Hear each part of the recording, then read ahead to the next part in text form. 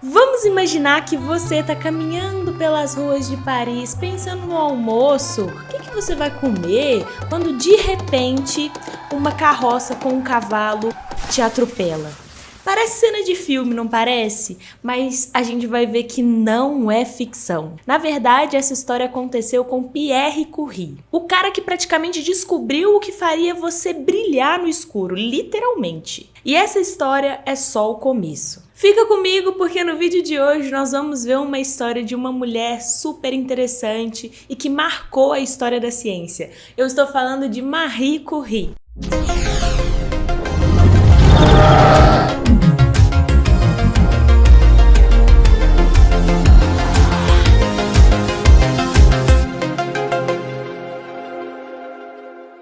Marie Curie, nascida em 1867, na Polônia, em uma época em que o Império Russo estava no controle. Maria Sklodowska, eu acho que é assim que se pronuncia. Sim, esse foi o nome que Marie Curie recebeu quando nasceu. Ela já enfrentou uma série de desafios desde cedo. A vida não foi nada fácil para Maria. Ela perdeu sua mãe, Bronia, quando ainda era uma criança, e seu pai, Vladislav, lutava para sustentar a família com um salário reduzido. E para completar, o Império Russo tinha um pequeno detalhe: ele não deixava que mulheres frequentassem as universidades.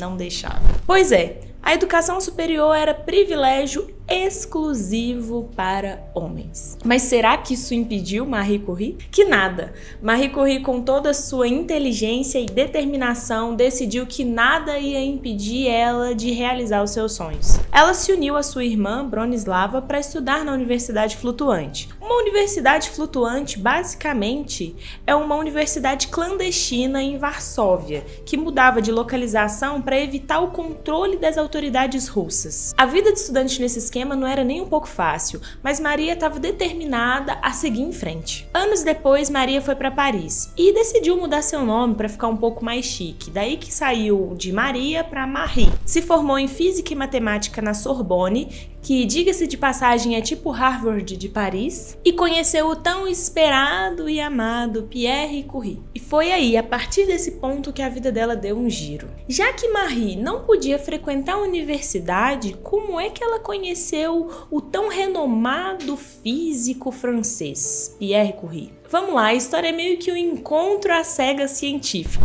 Marie estava em Paris, desbravando o mundo da ciência e precisando de um laboratório para fazer suas pesquisas. Mas ela não tinha um laboratório do tamanho de um palácio. Sendo assim, ela precisava de uma ajudinha. E foi aí que surgiu Gabriel Lippmann, um físico que parecia ser o cupido da ciência. Lippmann, que era tipo o matchmaker das mentes brilhantes da época, achou que Pierre Curie era o parceiro perfeito para Marie. Então ele pensou, Marie Curie precisa de um laboratório e Pierre Curie precisa de alguém que não seja só um rostinho bonito. Vou unir os dois. Marie e Pierre se encontraram, é claro. Pierre ficou encantado com a inteligência e a paixão de Marie pela ciência. Eles começaram a trabalhar juntos e aquilo que em pouco tempo era só uma colaboração científica passou a se tornar uma história de amor digna de novela. Casaram-se em 1895 e o resto, como dizem, é história e radiação. Juntos, os dois formaram um dos casais mais científicos da história. Eles passaram horas e horas moendo toneladas de minério até descobrirem dois elementos químicos super importantes: o polônio, que foi dado em homenagem à Polônia,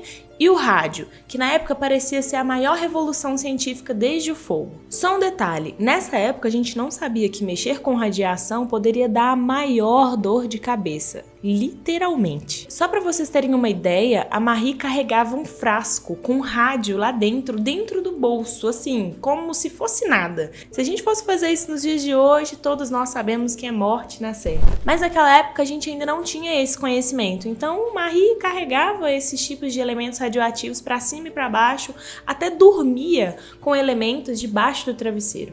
Então é algo que era normal e comum, mas que a gente vai ver no final do vídeo causou grandes problemas para a saúde de Marie. Enquanto Marie e Pierre estavam desvendando os mistérios da radiação, a fama começou a bater na porta. Em 1903, eles ganham o Prêmio Nobel de Física. Detalhe, inicialmente eles queriam dar o Prêmio Nobel de Física apenas para Pierre e para Becquerel. Becquerel é um outro físico da época, mas Pierre entrou na briga e falou com todo mundo: gente, peraí, Marie Curie fez tanto quanto eu.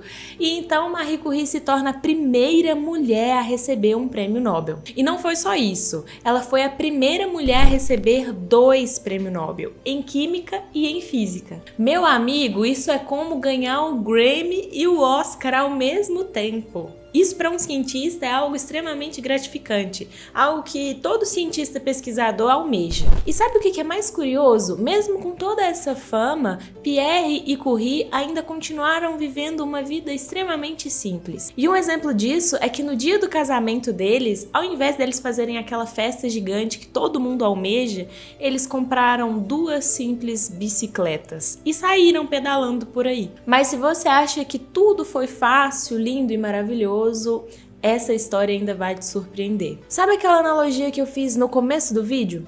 Então, em 1906, Pierre é atropelado por uma carruagem e infelizmente chega a falecer. Marie ficou completamente devastada. Só que, como toda grande mulher, Marie deu a volta por cima e acabou assumindo o lugar de seu marido na universidade, onde ela acabou se tornando a primeira professora mulher de Sorbonne. E um detalhe, enquanto isso, ela continuou fazendo todas as suas pesquisas revolucionárias. E tem mais. Durante a Primeira Guerra Mundial, ela inventou uma maneira de usar raios-x no campo de batalha para salvar a vida dos soldados feridos. Criou unidades móveis chamadas de pequenas Curies, que ajudavam os médicos a localizar as balas e estilhaços nos corpos dos soldados. Dizem que ela salvou mais de 1 milhão de vidas com essa ideia. Fala se isso não é incrível. Infelizmente, a exposição constante à radiação, afinal, como eu disse anteriormente, naquela época a segurança era só um detalhe, acabou tirando a vida de Marie em 1934. Ela morreu de anemia aplástica, uma condição médica rara e grave em que a medula óssea, responsável por produzir células sanguíneas,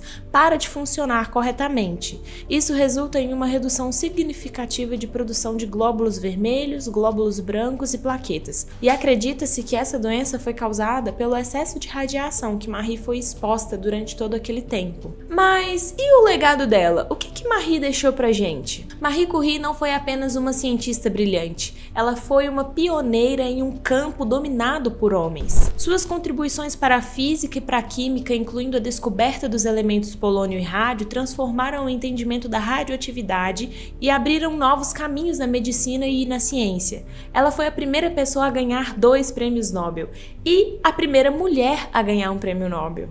O que, querendo ou não, estabeleceu um marco histórico para a comunidade científica.